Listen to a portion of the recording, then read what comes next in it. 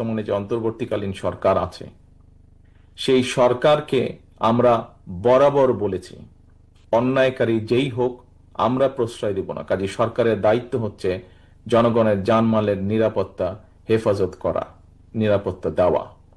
সরকার কেন ব্যর্থ হচ্ছে, এখানে যেই শহীদের বাবা প্রশ্নটি তুলেছেন, একই প্রশ্ন, আপনার এই একই প্রশ্ন আজকে আমাদের সবার এই সরকারের কাছে, যে তারা কেন প্রশ্রয় দিচ্ছে, তারা কেন আশ্রয় দিচ্ছে। গতকাল যেই ঘটনাটি ঘটেছে আমরা খুব আশ্চর্যের সাথে লক্ষ্য করেছি, যাকে দেখেছি আমরা স্ক্রিনে, যাকে দেখেছি হত্যা করছে, তাকে কেন সরকার এখন পর্যন্ত অ্যারেস্ট করেনি? আমরা কি তাহলে দলে নিব যে যারা বিভিন্নভাবে মব সৃষ্টি করে একটি পরিস্থিতি তৈরি করতে যাচ্ছে সেখানে সরকারের কোনো প্রচ্ছন্ন কোনো প্রশ্রয় আছে, প্রশাসনের কোনো প্রশ্রয় আছে, প্রশাসনের কারো কারো কোনো প্রশ্রয় আছে, সেটিকে আমরা তাহলে ধরে নেব?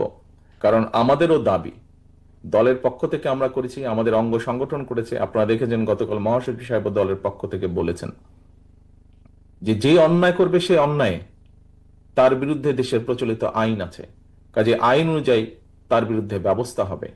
অন্যায়কারী কখনো কারোর কোনো দলের লোক হতে পারে না। কাজেই এই আপনার যেই প্রশ্ন, এই প্রশ্ন আমাদেরও, এই প্রশ্ন অন্তর্বর্তীকালীন সরকারের কাছে আমাদের, এই প্রশ্ন সমগ্র বাংলাদেশের মানুষের। আমরা দেখেছি বিভিন্ন জায়গায় বিভিন্ন কিছু হচ্ছে এবং আমরা খুব ভালো করে খেয়াল করছি কারা একটি সুস্থ স্বাভাবিক পরিবেশকে বাধাগ্রস্ত করতে চাইছে।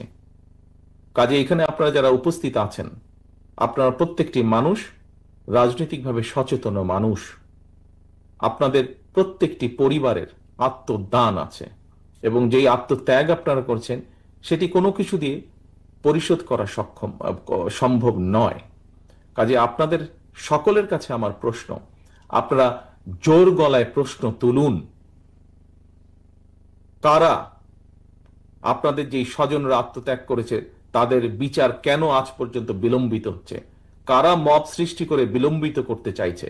কারা এই সকল হত্যাকাণ্ড, কারণ দুদিন আগে আরেকটি হত্যাকাণ্ড হয়েছে, আমাদের যুবদলের এক কর্মীকে হত্যা করা হয়েছে, তার রক কেটে দেওয়া হয়েছে, কেন সেটি নিয়ে কথা বলা হচ্ছে না? কেন সেই বিচারের দাবি করতে গেলে বলা হচ্ছে যে বিএনপি লাশ নিয়ে মিছিল করছে? এই প্রশ্নের জবাবগুলো আজকে আমাদের সবাইকে খুঁজতে হবে, কারণ এই প্রশ্নের জবাবগুলোর সাথে বাংলাদেশের অস্তিত্বের সম্পর্ক রয়েছে, বাংলাদেশের মানুষের অস্তিত্বের সম্পর্ক রয়েছে। আজকে আমাদেরকে দেখতে হবে প্রকৃতগতভাবে কারা বাংলাদেশের মানুষের পক্ষে এসে দাঁড়ায়।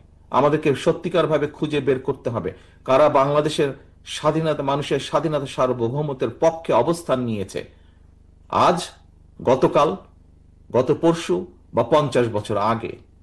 কারা বাংলাদেশের মানুষের স্বাধীনতার পক্ষে অবস্থান নিয়েছে এবং কারা নেয়নি, এই বিষয়গুলো আমাদেরকে বিবেচনা করতে হবে, এই বিষয়গুলো আমাদেরকে দেখতে হবে।